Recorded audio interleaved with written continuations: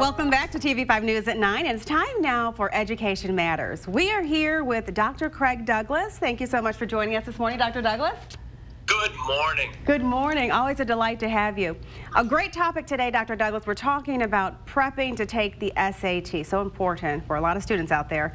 So what tips do you have for students and their families right now, Dr. Douglas? Did some research on this, Colette. The SAT is scheduled to be given in the state of Michigan on April 13th to all juniors. That's a little less than a month away. The test, of course, is challenging and yields student scores in evidence-based reading, writing, mathematics, and then there's an SAT essay section. These scores reveal strengths and aptitudes for each student. The results are used in a variety of ways, including admission standards, scholarships, and course selection. Now, some universities are reducing the admission piece because of the pandemic, but certainly for scholarships and course selections, the SAT really matters. So that same day, testing is also done for 8th, 9th, and 10th graders on the PSAT. So April 13th is a big test day in the state of Michigan. Students, you've got a limited amount of time to prepare, so how do you go about it? I went to the web and looked at the website khanacademy.org, all one word, and Khan is spelled K-H-A-N. academy.org. I've talked about the Khan Academy before because it's free, it's accessible online, it's a great resource for remediation, and in this case, preparing for the PSAT and the SAT tests. They have practice tests and coaching points. I've extracted a couple of tips to offer today, but I urge parents and students to take more time and go on that website and review them in detail. Time spent now will really yield promising results in that testing date a little less than a month from now. Here are some tips. First, the student should really take the full 4-hour practice test and time it. Now, that's not exactly a fun activity, is it? It's grueling, it's challenging, but it's a great way to give students a sense on how the experience will actually feel for them on test day.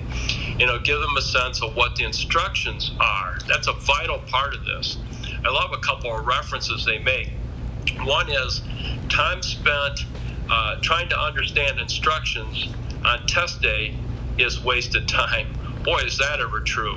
So the practice test, the instructions mirror what the instructions will be on the real test. It gives students an idea of what is expected to be done in each section of the test. Another truism that they put out is an SAT study plan is not one size fits all. That's a great point. So coming up with a game plan or a study plan that's individualized, that's not to say students shouldn't listen to teachers, counselors, and their friends for advice, but they've got to sit down and create their own plan. I really like the practical suggestions offered here. Second, once you have taken the practice test, set some goals. Set some goals that can then help you shape what your study plan is. Figure out what areas need some work and keep practicing on those. Try to avoid getting discouraged at first, even if it's difficult or it's a struggle. The more you practice, the easier it will get. Setting goals, practice, and then set that study plan in motion. What is a realistic amount of time that can be devoted? Well, that's going to vary by the student and their schedules, work schedules, school schedules, sports, family, church, all factor in. There's no one schedule. As I said before, it's personal and individual.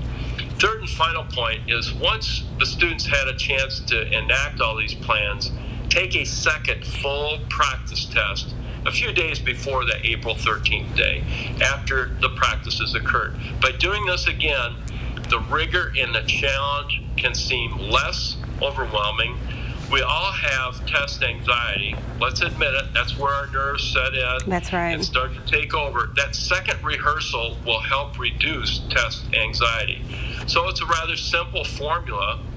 Practice builds knowledge and confidence and ultimately maximizes test results. My personal wish for all students getting ready for the PSAT or the SAT, best wishes. You've got this. That's right. I love that. You've got this. That's exactly right. Stay positive, focus, and prepare. Now, don't get nervous. Just relax.